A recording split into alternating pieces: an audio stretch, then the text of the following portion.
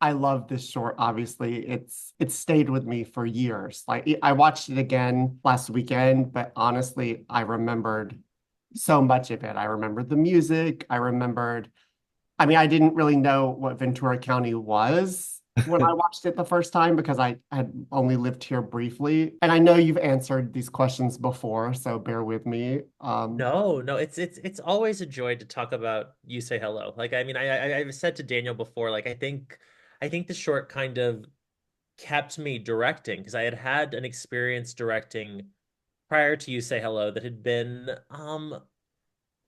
I'm sure the most diplomatic way to describe it is I learned a lot. Right. Uh, I love it. I learned so much.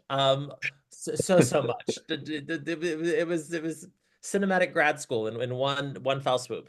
But I after that experience, I was really questioning whether or not I wanted to even stay in the business. And You Say Hello kind of came at the perfect time, and Daniel's such a wonderful, generous, delightful collaborator that like coming out of You Say Hello, I was like, it was a good like, no, no, like I can do this. And now after the previous experience, I know how to set myself up environmentally and structurally to set myself up for success behind the scenes as much as what's happening in front of the camera. So like, but because of that, this short will always have such a special place in my heart because I think it was kind of like the little like what the EpiPen or whatever they give you Yeah. when you're having the allergy. The Like snake they bite shoved it in my pen, heart, and it's like, okay, no, he's back. He's back. He the was Uma coded, but Thurman he's back. pen.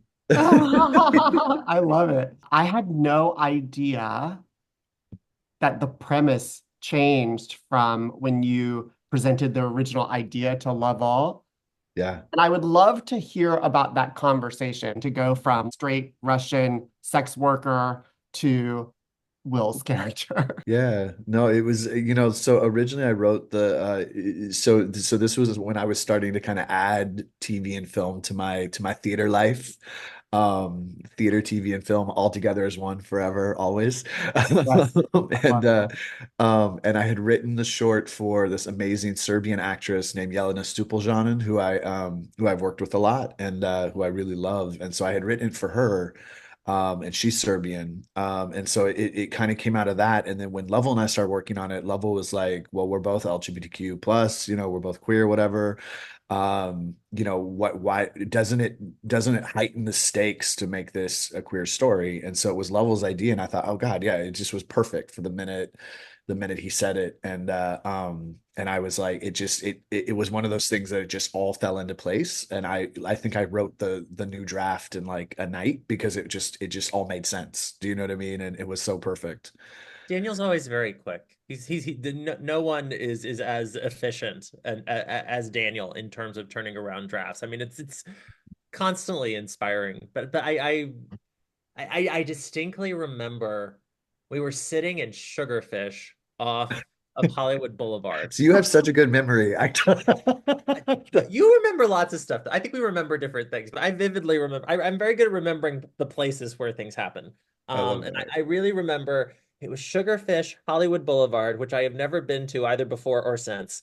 Um, and so it's constantly forever emblazoned as the first time that Daniel and I agreed to collaborate together because I was just such a massive fan of Daniel's because I had right when I had moved to LA a couple years prior, I had seen the production of Slipping, which Daniel had written and directed because my dear friend Ian McDonald had recommended it to me. He was like, "Oh, it's one of the best things I've ever seen here in LA." And I was like, "Ooh, yes." And to this day, still one of the best things I have ever seen in LA.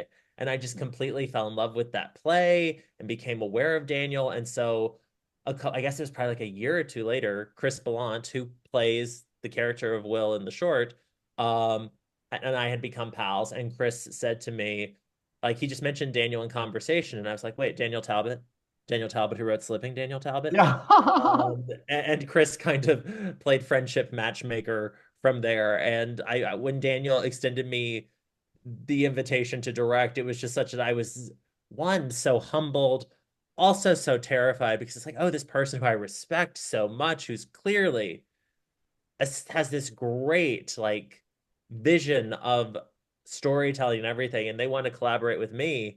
oh God, I'm gonna have to bring my A game. And so, like, even in terms of the shift in the script, one of the things we instantly started sort of talking about, along with making the character male, was it had originally, I believe, correct me if I'm wrong, Daniel, been set in New York. Because Yeah, it was set in like the Hamptons, I think. I'd set yeah, in yeah, like Long Island, Hamptonsy. totally. And I was like, okay, we're still gonna need to make this for a budget. God only knows where this money is gonna come from anyway. So consequently, what do we have access to between the two of us that we can get for next to nothing or nothing? And my best friend's family had this beautiful home in Ventura County, right on the beach.